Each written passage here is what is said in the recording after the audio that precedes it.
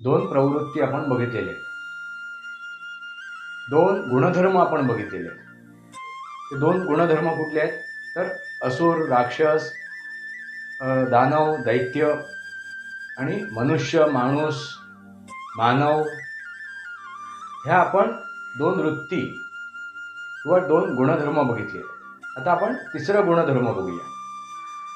ते तिसरा गुणधर्म काय आहे तर देव, ईश्वर, परमेश्वर, भगवान, परमात्मा. तर तिसरा मंत्र आहे तो तुम्ही कमेंट बॉक्समध्ये मांडा. तो तिसरा मंत्र काय आहे बघूया. तुमच्या लक्षात आहे का? माझे जर एवढे व्हिडिओ तुम्ही पाहिले असाल तुम्हाला हे तिन्ही मंत्र लक्षात झाले असतील, तोंडपाठ झालेले असतील. तिसरा मंत्र काय आहे तो लक्षात ठेवा. मग आपला गुणधर्म कुठला जोपासायचा आहे, आपली कार्यपद्धती कशी असावी, आपली कर्तव्य काय असावी हे आता प्रत्येकाच्या हातात आहे. तुमच्या, माझ्या हातात आहे. तेच ते सनातनी वास्तव. सनातनी वास्तव या माझ्या शृंखलेला सबस्क्राईब करा, बेल आयकॉन दाबा. माझे विचार पडत असतील लाईक करा, आपले विचार कमेंट बॉक्समध्ये मांडा.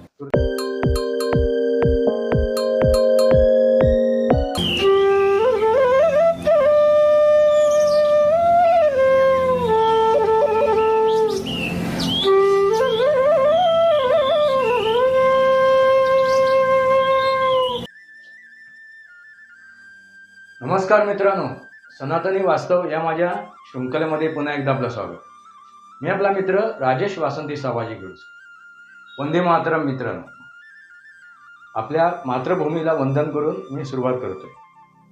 थोडा व्यस्त असल्यामुळे मी व्हिडिओ बनवू शकलो नाही, पुढचे विषय मी तुमच्यासमोर मांडू शकलो नाही, त्याबद्दल दिलगिरी व्यक्त करतोय. मित्रांनो, या अगोदर आपण दोन प्रवृत्ती आपण बघितलेल्या आहेत. दोन गुणधर्म आपण बघितलेले आहेत. ते दोन गुणधर्म कुठले आहेत तर असुर, राक्षस, दानव, दैत्य आणि मनुष्य, माणूस, मानव ह्या आपण दोन वृत्ती किंवा दोन गुणधर्म बघितले. आता आपण तिसरा गुणधर्म बघूया. ते तिसरा गुणधर्म काय आहे तर देव, ईश्वर, परमेश्वर, भगवान, परमात्मा हे तिसरं गुणधर्म आहे. ही तिसरी वृत्ती आहे, तिसरी प्रवृत्ती आहे. आणि ही प्रवृत्ती कशामध्ये आहे तर ज्याला आपण माणूस, मानव, मनुष्य म्हणतो. जर तो मानव, मनुष्य, माणूस तो जर असेल तर त्याच्या ह्या प्रवृत्ती आहेत दोन. एक असुर किंवा देव, ह्या दोन प्रवृत्ती आहेत. म्हणजे तसं बघायला गेलो तर ह्या प्राण्यामध्ये, ज्याला आपण मनुष्य प्राणी म्हणतो, ह्या प्राण्यामध्ये तीन प्रवृत्ती आहेत, तीन गुणधर्म आहेत. एक माणूस, दैत्य आणि देव. मित्रांनो, आज आपण देव ही प्रवृत्ती, ही वृत्ती, ही गुणधर्म समजून घेणार आहोत. आता देव म्हटलं आपण की देव म्हणजे देणारा, दाता, प्रदान करणारा. लक्षात घ्या मित्रांनो, प्रत्येक शब्दाची मी फोड करतोय, प्रत्येक शब्दाचा मी अर्थ तुम्हाला सांगणार आहे. म्हणजे आपण सांकेतिक स्वरूपात न अडकता वास्तविक स्वरूप आपल्याला समजून घ्यायचं आहे. देव म्हणजे काय? दाता, देणारा, प्रदान करणारा, तो देव. म्हणून आपण त्याला देव म्हणतो, देणारा. आता परमात्मा, परम असा आत्मा. लक्षात घ्या, सुरुवातीला काय म्हणालो आपण? देव. देव. आता ह्या देहात वसणारा तो काय आहे? आत्मा. लक्षात आलं का? तो कसा आहे? त्याची वृत्ती कशी आहे? देण्याची आहे, प्रदान करण्याची आहे. त्याच्यामध्ये दानत आहे, म्हणून तो देव आहे त्या आत्म्यामध्ये. लक्षात घ्या, त्याची वृत्ती सांगतोय मी. तसाच हा परमात्मा, परम असा आत्मा आहे, तो परम आहे. म्हणजे त्याच्यामध्ये सुद्धा हीच वृत्ती आहे. का वृत्ती आहे तर देणं, दाता, प्रदान करणं ही वृत्ती असल्यामुळे तो परम आहे, परमात्मा.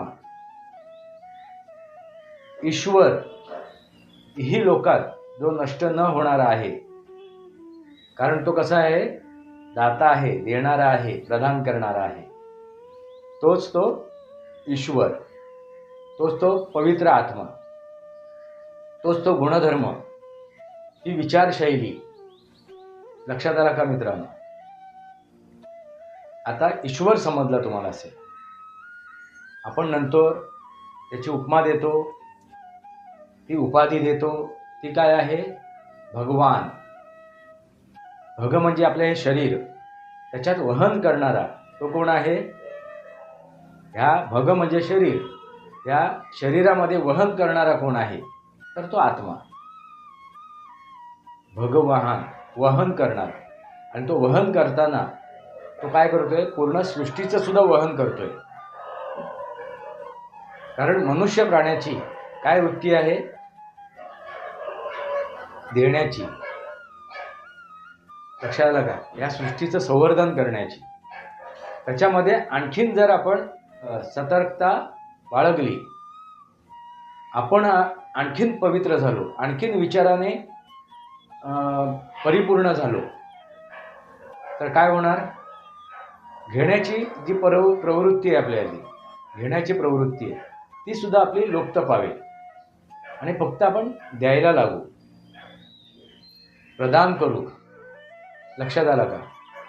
त्याला आपण दाता म्हणतो, देणारा. तो ही इच्छा ठेवत नाही की आता मला काय मिळेल, मी ह्याला काय दिलं तर त्याच्याकडून मला काय मिळेल.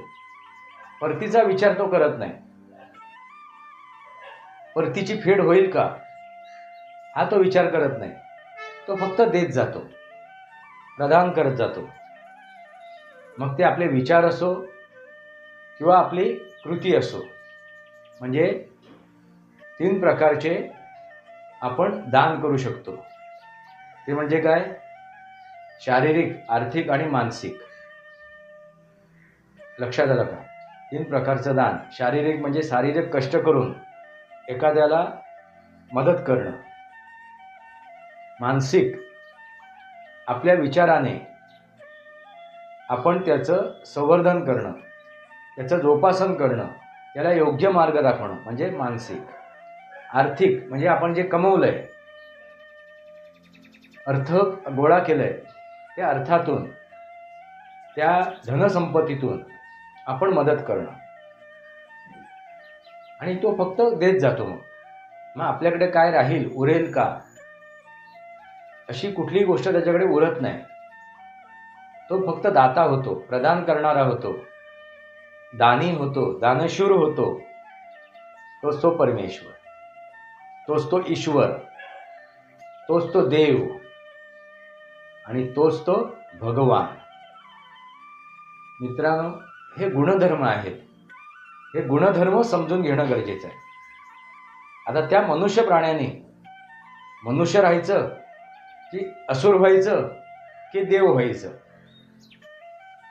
आता जे तुम्हाला मनुष्य प्राणी दिसत आहेत, ज्याला आपण मनुष्य म्हणतो, 2 पाय, 2 हात, 2 डोळे, कान, तोंड, नाक वगैरे, ही जी काय शरीर रचना दिसते, ही जी काय शरीर रचना दिसते, त्या शरीर रचनेप्रमाणे आपण त्याला मनुष्य प्राणी म्हणतो. पण तो मनुष्य राहिला आहे का, याचा जर तुम्ही विचार कराल तर तो मनुष्य राहिलेला नाही आहे. तो कुठल्या दिशेला गेला आहे? तर असुर, दानव, दैत्य, राक्षस या दिशेला गेला आहे. कारण मनुष्य प्राण्यामध्ये असुरक्षितता निर्माण झाली ना की तो असुर बनतो. ती असुरक्षितता भरून काढण्यासाठी तो असुरत्वाकडे जातो. तो दानव होतो. तो दानव होतो म्हणजे त्याला दान करण्याची, देण्याची मानसिकता त्याच्यात राहत नाही. तो फक्त मग काय करतो? लुबाडतो, हिसकावून घेतो, काढून घेतो. म्हणजे काय करतो? दुसऱ्याचं हक्क मारतो. दैत्य, दैत्य म्हणजे तो दैना करून सोडतो. एखाद्याच्या जीवनामध्ये दैना करून सोडतो. लक्षात आलं का? राक्षस, मग तो भक्षक होतो. आपला स्वार्थ साधण्यासाठी तो राक्षस होतो, भक्षक होतो. ही प्रवृत्ती आहे मित्रांनो, ही वृत्ती आहे, हा गुणधर्म आहे.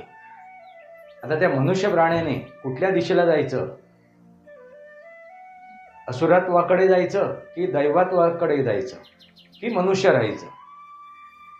हे त्याने ठरवायला पाहिजे. कमीत कमी तो मनुष्य प्राणी म्हणून जगायला हवा.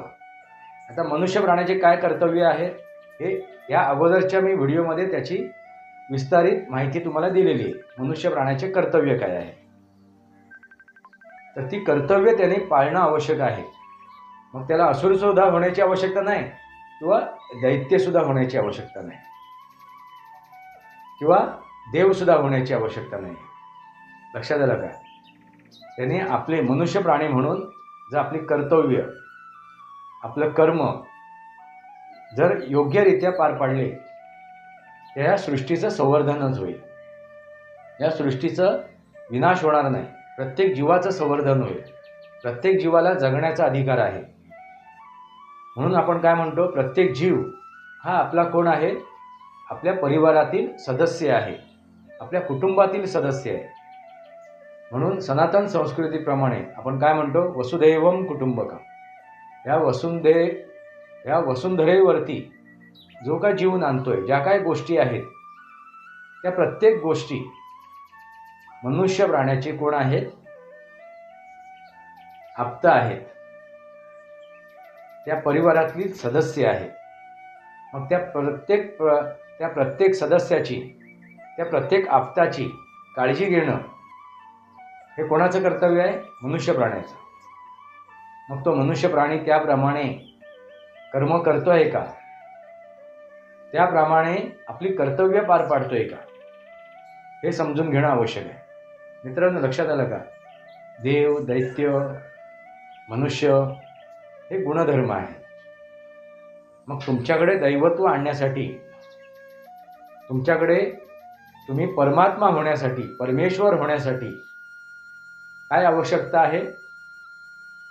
तर आपल्याला बदलीमध्ये काय मिळेल, आपण हे कर्म केल्यानंतर आपल्याला काय मिळेल ह्याची आशा न ठेवणारा, ह्याची अपेक्षा न ठेवणारा तो दैवत्वाकडे जाऊ शकतो. तो भगवान होऊ शकतो, तो ईश्वर होऊ शकतो, तो परमात्मा होऊ शकतो, तो परमेश्वर होऊ शकतो. मग जर तुम्हाला त्या दिशेने जायचं असेल तर तुमची वृत्ती कशी असावी, तुमचं कर्म कसं असावं हे तुमच्या लक्षात आलंच असेल. देण्याची वृत्ती असावी, प्रदान करण्याची वृत्ती असावी, परत प्राप्त करण्याची इच्छा नसावी. मी ह्याला अमुक दिलंय, मग आता मला तो काय देईल. सरळ साधी गोष्ट आहे मित्रांनो. आणि हे जर करायचं नसेल, दैवत्वाकडे जायचं नसेल, तर कमीत कमी मनुष्य प्राणी म्हणून तुमचं कर्तव्य पार पाडणं आवश्यक आहे. असुरत्वाकडे जाऊन या सृष्टीचा ऱ्हास करायचा, असुरत्वाकडे जाऊन या सृष्टीचा ऱ्हास करायचा, दैत्य बनायचं, दानव बनायचं, राक्षस बनायचं, की मनुष्य प्राणी म्हणून या सृष्टीचं संवर्धन करायचं, की पुढे जाऊन देव, परमेश्वर, ईश्वर, भगवान, परमात्मा बनून सर्वांचा उद्धार करायचा. आता हे तुम्ही ठरवा. हेच ते वास्तव आहे मित्रांनो. वास्तवावर बोलू काय ते, ही सत्य परिस्थिती आहे, हे गुणधर्म आहे. सांकेतिक स्वरूप तुमच्यासमोर आहेत, विविध स्वरूपात आहेत. आता त्या विविध स्वरूपातील सांकेतिक स्वरूपात अडकून राहायचं की वास्तविक स्वरूप, वास्तविक गोष्टी आपल्याला आत्मसात करायचे, त्या मार्गावर चालायचं आहे, हे तुम्ही ठरवा. हेच ते वास्तव आहे, हेच ते सनातनी वास्तव आहे. जगा आणि जगवा, वसुधैवम कुटुंबकम. लक्षात आलं का मित्रांनो? वास्तव काय आहे ते? देव, ईश्वर, परमेश्वर, परमात्मा, भगवान, याचा अर्थ तुमच्या लक्षात आलाच असेल. आता आपल्याला कुठला गुणधर्म जोपासायचा आहे ते तुम्ही ठरवा. कुठली वैचारिक स्थितीला आपण जायचं आहे ते तुम्ही ठरवा. कशा प्रकारे कर्म करायचं आहे हे तुम्ही ठरवा. आपले योगदान कसं द्यायचं आहे ते तुम्ही ठरवा. प्रत्येकाने आपापल्या परीने निर्णय घेणे आवश्यक आहे. म्हणून काय, मनुष्य प्राण्याची 3 मंत्र आहेत. मनुष्य प्राण्यासाठी 3 मंत्र आहेत. झाला मानव या संसारी, आपुला आपण वैरी, तुझं आहे तुझं पाशी, परी जागा चुकलाशी. आणि काय, बऱ्याच वेळा याचा मी उल्लेख केलेला आहे.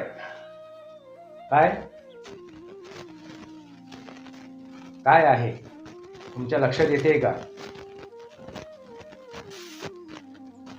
विसरलात? तर 3रा मंत्र आहे, तो तुम्ही कमेंट बॉक्समध्ये मांडा. तो 3रा मंत्र काय आहे बघूया तुमच्या लक्षात आहे का. माझे जर एवढे व्हिडिओ तुम्ही पाहिले असाल तुम्हाला हे 3ही मंत्र लक्षात झाले असतील, तोंडपाठ झालेले असतील. 3रा मंत्र काय आहे तो लक्षात ठेवा. मग आपला गुणधर्म कुठला जोपासायचा आहे, आपली कार्यपद्धती कशी असावी, आपली कर्तव्य काय असावी, हे आता प्रत्येकाच्या हातात आहे. तुमच्या माझ्या हातात आहे. हेच ते सनातनी वास्तव या माझ्या शृंखलेला सबस्क्राईब करा, बेल आयकॉन दाबा. माझे विचार पडत असतील लाईक करा, आपले विचार कमेंट बॉक्समध्ये मांडा. तुर्तास इतकंच. भारत माता की जय. वंदे मातरम. जय भारत, जय महाराष्ट्र, जय सनातन.